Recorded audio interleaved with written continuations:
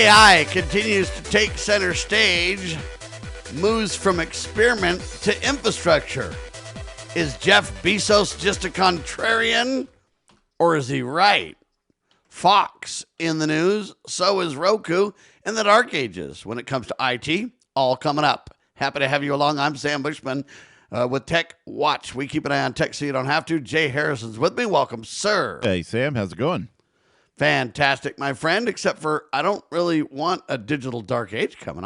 I kind of like the digital, Jay. Some people are warning that it may be coming. You know, there may be issues, and there's some legitimate things. Do I think it'll happen exactly? You know, is it foreboding? I don't know, but there's some good points to this that there could be a problem with the way we're saving data right now. Should we start playing the Jaws music? Yeah, exactly. Ominous. There's a video that kind of plays it, that kind of makes the point. We'll play it and talk about it. Here it is.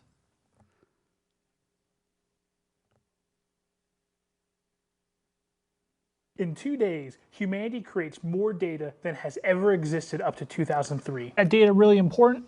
Who knows? Who cares? But according to the American Association for the Advancement of Science, we are sprinting directly into a digital dark age. SSDs, servers, and hard drives holding your entire life, it rots. Bit rot and format obsolescence means our media degrades within a few decades. The people who build the internet's plumbing warn that your grandkid won't be able to open a single file you save today. They'll just have terabytes of corrupted files to sort through and a wish that their grandparents printed out some of their family photos. In 2 days. All right, there you have it. So when we talk about a digital dark age, you know, we're really not talking about everything going black or no tech or anything like that. What we're really talking about is the preservation of data, right, Jay? That's right. The archives. You know, what are we going to have if you save something on, and especially now these SSDs and things that are just holding a static charge that degrades over time. I mean, we had this problem with the old CDs that you would burn, you know, but you try to run some of those, say you did some in 2000, you know, you got kind of a 30% chance now that they don't work. In another 20 years, it'll from be technology to technology is part of the problem. Whether we can preserve the technology we've got or not is one discussion. But the next discussion is we change technologies too. So think about right now, you store everything on your hard drive. You used to store things on FTP sites. Now that's all gone. Now you store everything in the cloud. You store everything with S3 servers or whatever equivalents out there in the cloud. And then they've got hard storage or frozen storage and then live or whatever you want to call it storage. And they have all these different versions. And, you know, technology will change so fast. Even if you could store it, and even if you didn't have bit rot or lack of device support or whatever other issues, the question becomes, will you even be able to access it from a technology point of view? Because technology changes so fast. So there's a lot of issues confronting this very topic, Jay. That's right. And I think the only true way to do it right now, if you really have stuff, let's say your family photo album, because it's a good example of where you have data from long ago, you know, 20, 30, maybe more than that, maybe 50 years. And across the spectrum till now, even continuing to add to it, right? Exactly, yeah, with current modern day stuff from just yesterday. The only way to do that properly is to put that in something like a Google Drive or Dropbox or somewhere where it's constantly being refreshed. That means you constantly are paying money to keep that data fresh. It's constantly moving from old drives to new drives and being duplicated and replicated and put together. And as soon as you die or you stop paying for that, you're going to lose that. That's going to stop. Even if you got a local drive, you know, say it's on an SSD in some old computer, your Dropbox is backed up to it. You're going to lose that, though. Eventually, in 20 years, that SSD will stop working. Well, and if you're not cognizant, too, even if they duplicate it, replicate it, do all these different things that you're talking about, refresh it, whatever terms you want to call data integrity, whatever you want to say, how do we know that they're not, you know, eventually duplicating and replicating and refreshing corruptness, too? Well, we don't know that unless you check out the data or have some way to analyze and, quote, load up and run that data, whatever it be, play a file, look at a doc, whatever it be, with whatever technology we're using. You don't even know that that'll be true necessarily, factually speaking, unless you have some kind of a live test that you can prove it's really viable still, right? That's exactly right. And it's very true. I mean, I have photos in a Google Drive that go all the way back into the 90s. And I've seen a couple of photos where there is some degradation. Somehow it's missed a bit or it's lost something, and so half of the screen will be like green, and you could see that in JPEG artifacting when data hasn't been kept exactly right. Now, this is only maybe 2 or 3 photos out of literally tens of thousands, but still you can see that happening. Well, hold on. It's 2 or 3 photos that you've noticed this on out of the tens of thousands. Unless you've gone through all of them, you don't even know. And I'm not trying to contradict you as much as I'm trying to say this is what I mean. The more the data set becomes larger, the bigger the files we deal with, the more those are unknown realities, right? Yeah, and it only takes one bit out of just trillions upon trillions to flip to ruin something. So it's a legitimate concern, and I just thought it was interesting that we should bring it up. That people are talking about long-term archives. Microsoft came out with this glass cube that you could laser etch in a 3D array, and it's supposed to be good for 10,000 years. But I think that we need some kind of storage that's like that. I mean, how do you read that? I don't think so. In 10,000 years or even 50 years or 100 years, how do you know, even if you have this awesomeness, how do you know we won't have technology that's so much greater than it? We don't have any players or readers or accessors. I'm using that as a weird term. Right. Accessors of that, whatever it be. How do we even know we'll even have one of those? Like, it's hard to find the DVD player right now, isn't it? Yeah, it's a fair point. I mean, I'm not saying you can't get one. I'm not saying you can't get a DVD player, but what I'm saying is I don't have one. If you gave me a DVD tomorrow and said, Sam, can you play this? I'd be running around my house trying to go. You have one, laptop or something, don't you? Nope. I have a DVD player. Actually, I do. Stored in the bottom of a box somewhere. I think I have an external USB DVD player drive that I can plug in. So, but here's the point. It's only been 5, 10 equipment. It's only been 5, 10, 15, whatever years since that was pretty much viable technology. What happens in 30? You won't have one. Right. So anyway, I'm trying to make this point that this 10,000 year, whatever it is, legacy laser stuff of 5,000 years ago, don't tell me you're going to be able to access it. Make something that'll last 100 years. I mean, that at least will go through a couple generations, right? Anyway, and so, even printing things out on paper doesn't last. What people need to understand is this world doesn't last. It's very hard unless you etch something in gold or whatever plates or, I don't know, brass plates or some kind of preservable. And even that gets iffy. And so all I'm telling you is I don't think that we need to focus so much on preserving everything. And think about out of all the data we're creating, what did that report say? In 2 days, we create more data than everything up to 2023? Exactly. Or, I'm not 2003? 2003, yeah. Okay, so think about that volume of data. And how much of that do we really need to preserve? So let's say Jay has 10,000 photos. I guarantee if you look through all your photos now, instead of 24 photos on a film roll that you could take, now you take 10 photos of every photo you really want, right? I don't do that, but I know, but that was the old advice, but we don't do that. That's what people do. Yeah, you're right. I understand, but people still do it, or instead they take, what are those other photos that are kind of it takes a series of quick photos. What's burst that called? Photo. Okay, or live photo. You're talking about live photos. Live photo, burst photo, whatever you want to call it. The point is, it creates a little teeny kind of film where you get 4 or 5, and that way if somebody blinked, you still got the one right after it instantly or whatever. Anyway, all I'm trying to get at is how much of that data do you really need? If you go through your 10,000 photos, how many of them would you really keep and want, Jay? All of them. No, you wouldn't, because you'd look back and you'd say, you know what? That one was taken 33 years ago, and it was on a bad camera, and it's just not that good of a photo, Jay. Those are the best photos, though, Sam. Come on. Okay, so just on my iPhone alone. See, that's your perspective, not the perspective of most people, though. So listen, just on my iPhone, this doesn't include my Google Drive, which has old cameras and everything else all gathered. Just on my iPhone, meaning I've taken on this phone or maybe a previous phone or two, 38,625 photos. And I don't think you need all those. I think a candid eye in 2 generations, because that's what we're talking about. We're not talking about Jay. He's dead now. We're not talking about Sam. He's gone. In 3 generations, how many of those 38,000 photos do you think they'll really want? Oh, probably 27,000. You think? Yeah. Wow. I don't know if they'll be able to handle 27,000 photos. Duplicates. I don't know what they'll do with 27,000 photos, though. How can you even use those in any meaningful way? I don't know, but just imagine if you could look back to your grandfather's life. How can you use them in any meaningful way? Lots of ways. Like, what if you're building a history, writing a biography, or you just want to learn about things from the past? Then you need someone to take those 38,000 photos and boil them down to like 1,000 photos of the best ones. Oh, that's what AI is for, Sam.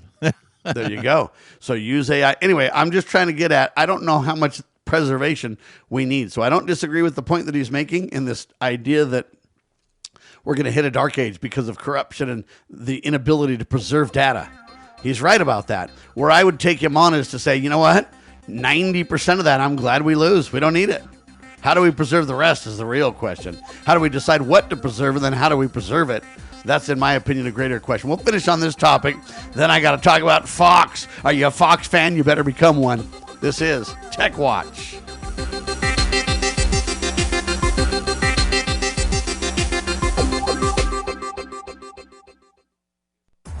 Cybercrime is exploding. Take Sarah from Sweet Delights, whose world crumbled after having to close with not being able to bounce back.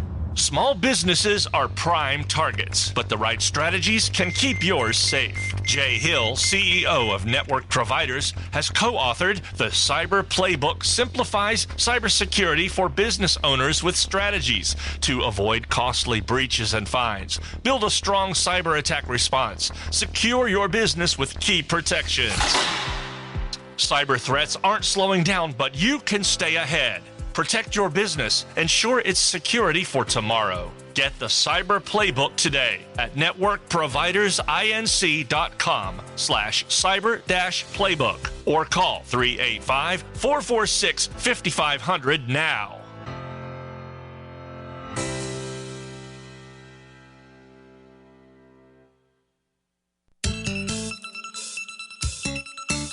Get ready to be part of something incredible. We're breaking barriers and delivering the powerful stories that mainstream media won't touch. Your support is what fuels our mission to revolutionize journalism and bring you the truth. Join our passionate community of changemakers by donating at libertynewsradio.com today. Together, we're creating the future of news.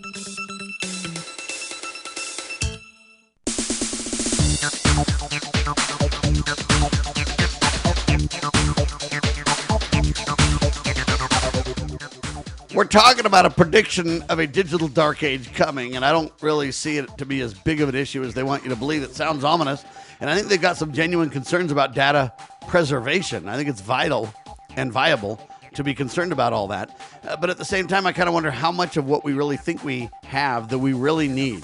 Jay's got 38,000 photos on his phone right now. How many photos do you think you have total, Jay? Everywhere. Probably 50,000, I would say. Maybe more. Maybe 60,000. So Wait, does that include my wife's photos? Because she's got probably double that. Let's just talk to Jay, or we could talk about your family. Just say your family. And when you say 50,000, I would say 100,000 then. You have 2/3 of your photos that you've ever created on your phone? Yeah, because the reason why is Apple, since I switched to Apple, let's see, this would have been in 2014, 2012 maybe, or something like that. Probably 2014, 2015. It rolls those photos over every time you upgrade a phone. So I've gone through probably 3 or 4 Apple phones. Yeah, and before that you didn't. But so either way, plus you're like the people of, hey, from the whole world to 2003, there was a certain amount of data, and now in 2 days we create just as much. So it's a lot of that principle at the helm Absolutely, as well. But because let's just say your whole family, 100,000 photos. Yep. I think that's I'm fair. just asking you honestly, take 2, 3, 4, 5, 6, 7, 8, 9, 10 generations. That'd be anywhere from now to 200 years or something, 300 years, whatever kind of thing. Forget the 10,000 years that Microsoft pretends they're talking about. They're just up in the night in terms of they're crazy. They have no concept of reality, in my opinion, when they discuss this. But take that and say, hey, 7 generations later, 4 generations later, what are they going to do with 100,000 photos? Because remember, those are grandpa's, great-grandpa's, great, whatever numbers, grandpa's photos. They're not dad's photos, mom's photos, that generation's photos. They've got 10 million photos, Jay. Right, exactly. And so how valuable are your 100,000 photos going to be? Now, if you say, well, we want to do a history of Jay and his wife and his lovely children, and they're awesome, and we want to, that's great, but you don't need 100,000 photos. In fact, that makes it almost impossible to even extract the best of it. Right. It'd be better if Jay would drop it down to 2,000 photos of really the best of the best of the best of the best, and then preserve that, and then actually they have something they could literally possibly go through in their lifetime, right? Yeah, you're probably right. All right. So how do we do that? That's the real question coming out of that. But just so you know, Fox is in the news. Are you a Fox fan, Jay? Am I a Fox fan? Not really. You better become one. I hear that they are purchasing Roku, but And they're taking over your Roku player. well, buddy. I mean, what do I watch Fox on? I don't have Fox. I don't have like You Dish will now. Network or whatever. Hold on, you have a you're Roku right. player? I will now. I do have a Roku TV, so I will now. Okay, so you have a Roku player, and Fox is coming up. Headline: Fox is brokering or planning a $22 billion power grab, reshaping the future of television. Fox is no longer content to just sit by and produce news and sports programming. No, sir. By purchasing Roku, Fox is moving to control both the content that Americans watch and the platform that you watch it on. The deal combines Fox News, Fox Sports, and a bunch of other stuff. And they say that it'll be Roku's presence, which means Fox presence in over 100 million U.S. households. And they say it'll become the largest player by viewership. The move signals a dramatic shift in media. Anyway, basically, everybody wants to become a gatekeeper as people kind of, decouple or cut the cord and get rid of cable and everything else. They're trying to make moves, and that's why things are shifting so quickly. Fox gains direct access to viewer data, advertising technology, and the smart TV operating system in this move, reducing its dependence on cable distributors, etc. And Roku's expected, they say, to remain an open platform carrying competing services. But the acquisition raises questions about, hey, how much preferential treatment will Fox get? In short, Fox isn't just buying a streaming company. It's buying an ecosystem and will be involved in deciding how America watches television. Fox is making a major strategic bet on free and instead of free and ad-supported streaming rather than relying on paid subscriptions, etc. And it's a big deal, Jay. It is, and I'm sure Fox probably has a paid subscription, but I don't know anybody that pays for. I mean, you see people paying for Paramount or paying for HBO or whatever. These things, you never hear of Fox's, if they even have one, a subscription. So I think they're buying into. I think they're paying $22 billion for this. Yes, so sir. that's a lot of money. I mean, that's like, sure, it's got stock options and some other stuff that they pay out, but that's a big gamble, I think, on Fox's part. But it is a big move, and Roku's been the leader. I mean, we've been talking about Roku for as long as this show's been going on for many years Almost, now. yeah. Yeah, so all I can say is this: Fox is making a bold move. That's true, but the question is, I think that Fox has got a point, and this is something you and I have brought up over the years on this show too. We're getting subscription burnout, Jay. I just can't pay for another. And so Fox is kind of betting, saying, hey, you'll support ads more than you'll support rolling out more cash. And we're going to bet there. We're also going to bet that these players are so embedded in so many households. And we're going to bet we can bring programming. And especially if we bring our programming alongside other people's programming, we feel like it'll put us in the driver's seat in the sweet spot. And I tend to think Fox is right. And they might be. I mean, I'm sure they've studied it a lot more than I have. So it'll be interesting to see how it plays out. But don't you agree, though, that you're getting subscription burnout? Yeah, everybody is. I don't even have that many subscriptions anymore. I have, Amazon Prime. I've got, I think, Paramount because it's through Walmart Plus. It's like included. Yeah. So there's two. What else do I have? I have a Netflix, but I don't pay for it. It's like 3. one of my son's Netflix accounts or something. Okay, so you're stealing Netflix. Don't say that on the air. Yeah. Well, no, I mean, he just hasn't logged in. You've got a lot of subscriptions compared to your parents' day. I mean, you've got your cell phone.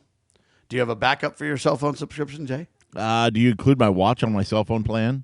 Yeah. So, yeah. But, I mean, that's visible. Do you have a backup, though, for your cell phone? You back it up to Apple? Oh, yeah. Yeah, so an iCloud where do you have your subscription, 38,000 photos, my friend? Well, I have a Google subscription. I've got an Apple iTunes or iCloud or whatever subscription. So what you're telling me is, compared to your grandparents, you have a ton of subscriptions. I've got an Audible subscription for books Yes, to you listen do. to. So let's say I'm trying to think of all the subscriptions. Darn right. I have to pay Anyway, insurance on my car. Does that count? Well, there you go. So that all I'm telling you is that we have a lot of subscriptions, and people are getting burned out. They're just going, man, this is too much. I can't take it anymore. I agree. So I feel that way all the time. I don't know what to do about it except for to say Fox is betting that you're not going to take on more and more subscriptions, that you're going to do more of wanting to say, hey, I don't care if there's some ads, I'm going to have to live with that. And I actually do use, just getting too greedy, right? I do use some of those services that are like that. Pluto TV, which is just all ad supported. Tubby is another one. I don't use them a ton. I mean, I've used them before a couple times a year or whatever. It's not like I use them every day or anything, but sometimes you go to look up a movie. ChatGPT, don't you? I do. Yep. Okay. Yeah. I have a subscription to Canva. I have a subscription. There's a lot of things. Yeah, and it's just crazy. And so I think that people are getting burned out. And so I think that whether we move totally to the Fox model, I think that both models are going to survive for quite some time. But I think I bet you that Fox is going to come out. Fox is going to come out with some kind of Fox Plus subscription. Like I said, if they don't already have it, and I just don't know about it, once they get this momentum, I think there's going to be a premium. There's no reason for them not to have something that cuts out the ads and you pay extra for, and you get some insider whatever. Of course, it would make sense for them too. That's the way of the business world, and that's kind of what's happening. And anyway, I find it very interesting. But the world's changing, and I think a lot of people believe that all the jobs are going away because of AI, Jay. And believe it or not, Jeff Bezos contradicts the AI job loss fear. He's predicting that there'll be labor shortages. I guess he went to a Paris tech conference where he kind of made this claim, and everybody kind of went, what? What do they call this thing? Viva Tech? The Viva Tech conference in Paris, yep. Yeah. He basically expressed this divergent view. He says everybody kind of is thinking that all the jobs are going away. He doesn't think so at all. He says amid widespread concerns, 53% of Americans, according to this, Reuters survey or whatever, believe that, hey, artificial intelligence is going to get rid of all my jobs. Everybody's worried about it. Jeff says no. Bezos' optimistic perspective on AI challenges. He says, hey, AI is going to augment the workforce rather than diminish it. What do you think of that, Jay? Well, I think in a related story, there is where people are saying that it's remote work, not AI, that's hitting young grads. The rise of remote work, not artificial intelligence, explains most of the recent jump in joblessness among young college graduates.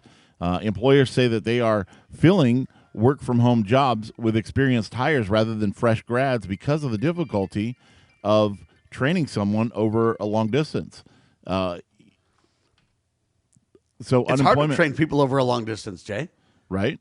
And so they're looking for experienced people. There's a lot of experienced people out there, especially, sometimes say people that are 40 plus or 50 plus that might have gotten passed over. They're filling those jobs and letting them work from home. And they're saying that unemployment among graduates under 29 rose 3.1% before the pandemic to 3.7%, even as the rate for older seasons workers slipped. The findings push back a popular theory that AI is wiping out entry-level roles, though the authors caution that this change could change as technology spreads, and that field's completely dynamic. But it is interesting that it's not always just it's easy to blame AI because it's the hot thing, but there's a lot of factors and a lot of variables there. Yeah, so one of them is AI. Another one is people hiring people offshore. If I basically say I want to create a company, I want 5 U.S. managers. I want 50 Filipino people that'll work for a quarter of the cost, a fifth of the cost, and I'll have my American 5 managers manage those 50 people, and then I'm going to use AI to fill in the rest. Now I've got literally 55 people at my company. Oh, I better make it 49 because the government will penalize me if I go over 50. All right, I want to get rid of a few of the few of those guys are gone. Now I've got 40 Filipinos and 5 Americans and AI, and I've got 45 people, so I'm under the 50 limit. I dodge all that. I offshore this. I AI that. And now I've got this company where it might have in the past taken me 100, 200, 300, 400 employees to run this thing, and I got it. Exactly. That's the new reality. The question is, how do you become one of those Americans that are in some key positions? And then how do you find jobs that are in a different space? Maybe you should try to find out how to preserve our data. That ought to be a good job for somebody. It's for the pickings. And there'll be a gazillion just like that in different ways. I'm Sam Bushman. He's Jay Harrison. We keep an eye on tech so you don't have to. NetworkProvidersInc.com, NPITechGuys.com. Hey, make it a great tech day, will you?